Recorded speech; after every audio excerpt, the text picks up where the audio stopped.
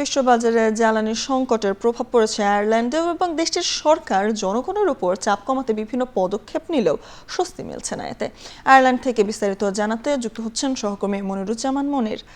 মনির, আপনার প্রতিবেদনে আমরা দেখছিলাম বিভিন্ন উদ্যোগের কথা, তবে জ্বালানি খরচের ঊর্ধ্বগতি ও জনজীবনের যে বর্তমান পরিস্থিতি, সরকারের আর কি কি পদক্ষেপ রয়েছে?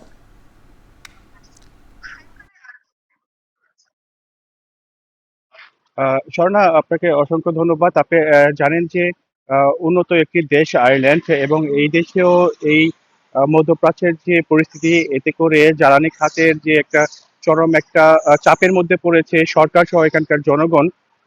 শুধু এখানে নয়, সারা বিশ্বের মধ্যেই। তবে এখানে বিশেষ করে সরকার জনগণের পাশে একটি আহ, দাঁড়িয়েছে, কিন্তু যেখানে আপনার ট্যাক্স বা আপনার এখানে কিছু প্রণোদনার বিষয় নিয়ে দাঁড়িয়েছে, কিন্তু তারপরও এখানে সরকার যতটুকুই দাঁড়িয়েছে এখানকার যথেষ্ট নয় বলে অনেকেই মনে করছেন।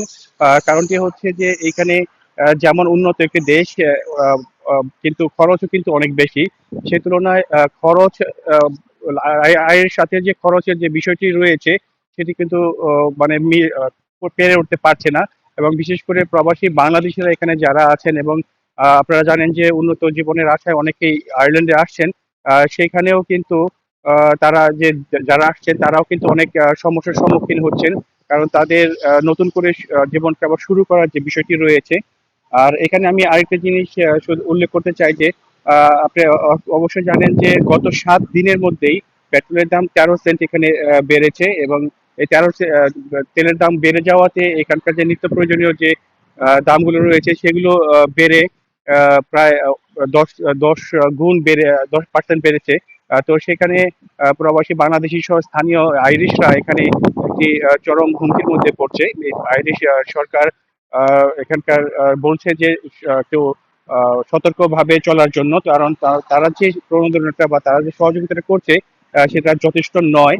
এবং আমি আরেকটা বিষয় আমি একটু উল্লেখ করতে চাই, সেটি হচ্ছে গতকাল 2 এপ্রিল একটি প্রকাশিত একটি যে জরিপ আসে, সেখানে একটি বিশ্লেষণ দেখা গেছে যে মার্চ মাসে তেলের দাম প্রতি লিটারে 40 সেন্ট বেড়েছে।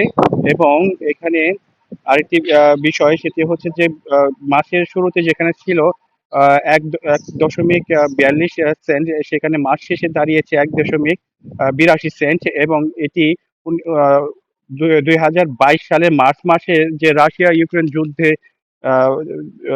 ইউক্রেন যুদ্ধের যে শুরুতে পূর্ববর্তী যে রেকর্ডটি ছিল তার চেয়েও দ্বিগুণ। এবং আপনার আরেকটি বিষয়, সেটি হচ্ছে যে আনলেডেড যে পেট্রোলের দাম মার্চ মাসে ছিল 1.32 সেন্ট, যা মাস শেষে দাঁড়িয়ে 20 সেন্ট বেড়ে দাঁড়িয়েছে 1.52 সেন্ট, এবং 2022 সালের জুনের আগের যে রেকর্ডটা অতিক্রম করেছে। সুতরাং আপনারা বুঝতে পারছেন যে এই যে ক্রমাগতভাবে যে বেড়ে যাওয়া, এবং সেখান থেকে আপনার আয়ের সাথে যে ব্যয়ের যে বিষয়টি রয়েছে, সেটি কিন্তু মানিয়ে উঠতে পারছে না, কারণ এখানে ব্যয় যতই বাড়ছে আয় বাড়ছে না। সুতরাং এখানে যারা কাজের জন্য এই গাড়ি বা জ্বালানি ব্যবহার করছে, সেখানেও কিন্তু একটু সতর্কতার সাথে বের হচ্ছে, কারণ তারা চাচ্ছে যে তাদের আয়ের সাথে ব্যয়টা ঠিক রাখার জন্য।